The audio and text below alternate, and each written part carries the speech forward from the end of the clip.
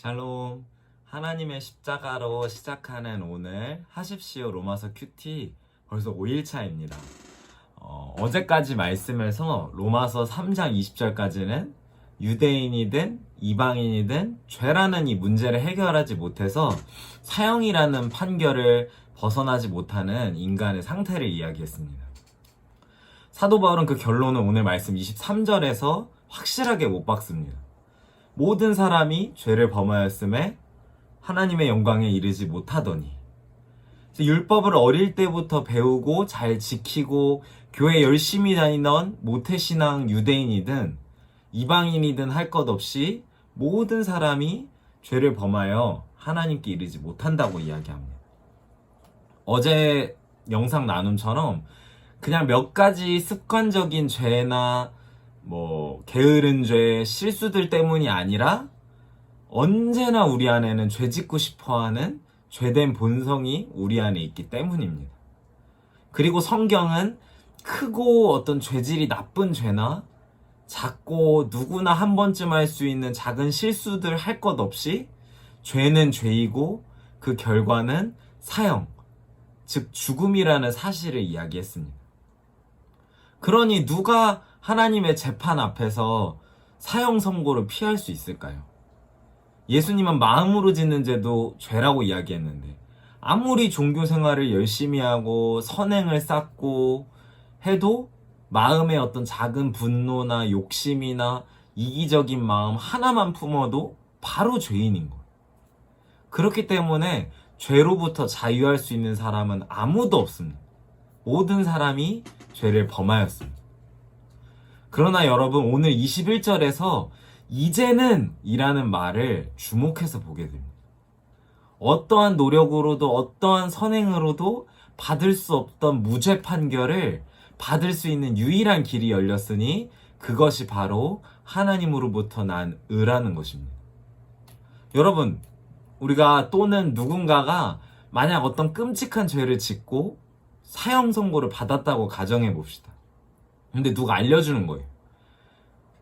무슨 변호사라고 있는데 그 사람이 사형받을 것도 무죄받게 해준대. 아니, 내가 받을 죄가 무슨 1년, 2년형도 아니고 사형인데, 그리고 몇 년 깎아주는 것도 아니고 무죄 판결 받을 수 있게 해준다니까. 얼마나 놀라워요. 당장 그 변호사 어디 있습니까? 제 전 재산을 다 드릴 테니까 제발 제 변호 한 번만 해주세요 하지 않을까요? 근데 심지어 오늘 24절에서는 그 변호사를 값없이 주셨다고 이야기합니다. 공짜로 변호를 해준다는 거예요. 그 사형받을 것도 무죄로 받게 해준다는 그 용한 그 변호사를 무료로 나를 변호해준다는 거예요. 그러니 이 복음이라는 게 이 예수님이 얼마나 기쁘고 놀라운 소식일까요? 그런데 정말 놀랍고 이 기쁜 복음을 듣고도 왜 우리의 삶은 뜨뜻미지근할까요? 어깨만 잠깐 으쓱 올릴 뿐 당장 눈앞에 어떤 현실과 상황에 휘둘리고 걱정하고 염려하고 좌절하는 것이 우리의 삶 아닌가요? 날마다 그 복음에 감격하며 기뻐하며 보답하는 삶을 살기보다는 그 십자가 용서와 사랑을 이용하여 죄짓고 회개하기를 반복하게 되는 것이 우리의 모습인 것 같습니다. 그런 우리가 기억해야 할 사실은 바로 25절에 나오듯이 하나님은 예수님을 화목제물로 세우셨다는 사실입니다. 우리에게는 값없이 받은 그 무죄 판결을 위해 누군가는 값을 치르셨다는 사실을 알아야 합니다. 그것은 바로 예수 그리스도입니다. 화목제물은 하나님과 인간 사이에 화평을 이루기 위해 드려지는 제물입니다. 하나님은 그냥 인간의 죄만 용서하고 내가 아비로서 할 일은 다 했으니 이제 네 살 길은 네가 찾아서 살아라 하고 우리를 고와 같이 내버려 두시는 분이 아니십니다. 또는 야, 이번 한 번만 용서해 줄 테니까 너 어떻게 사는지 내가 지켜본다. 잘하자 하면서 채찍질하는 무정한 아버지가 아닙니다. 우리를 용서하실 뿐만 아니라 우리를 회복시키시고 아버지와 자녀 관계로서의 친밀함, 생생한 개인적인 교제, 그 하나님 안에서 누릴 수 있는 풍성한 삶을 우리에게 약속하십니다. 그렇게 하나님은 우리의 아버지가 되시기에 합당하시고 이 세상 어떠한 아버지와 비교할 수 없는 완벽하고 가장 좋은 아버지이심을 증명하셨습니다. 그 하나님의 의로우심을 우리에게 나타내셨습니다. 그 좋은 아버지를 두고 우리가 어디로 떠나겠습니까? 그 좋은 아버지가 우리 안에 계신데 어떻게 그 아버지 속상하고 그 마음 아픈 행동을 서스름 없이 할 수 있을까요? 우리가 느껴야 할 죄책감은요, 그냥 죄 짓고 벌 받으면 어떡하지? 하는 두려움 또는 또 실패했다는 좌절감이 아니라 우리를 향해 한없이 사랑스러운 눈빛으로 우리를 지켜보시고 바라보시고 또 우리의 그런 못난 모습, 나쁜 행동을 용납하시고 사랑과 관심으로 우리의 삶으로 들어오신 그 하나님 아버지를 거절하고 그 아버지 마음 아프게 한 것을 뉘우치고 다시금 그 하나님 사랑 앞에 나아가는 태도여야 합니다.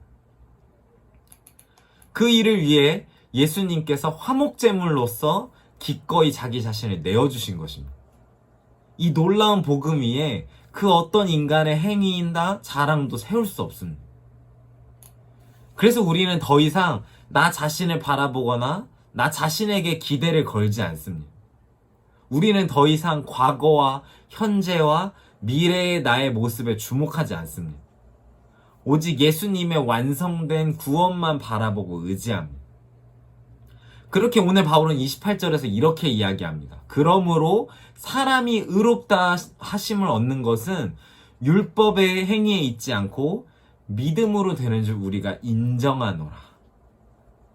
그런데 이 말은 자칫 오해하면요, 그럼 율법 하나도 안 지켜도 되고 그냥 예수님 믿으면서 자유롭게 마음대로 살면 되네? 라고 생각할 수 있습니다.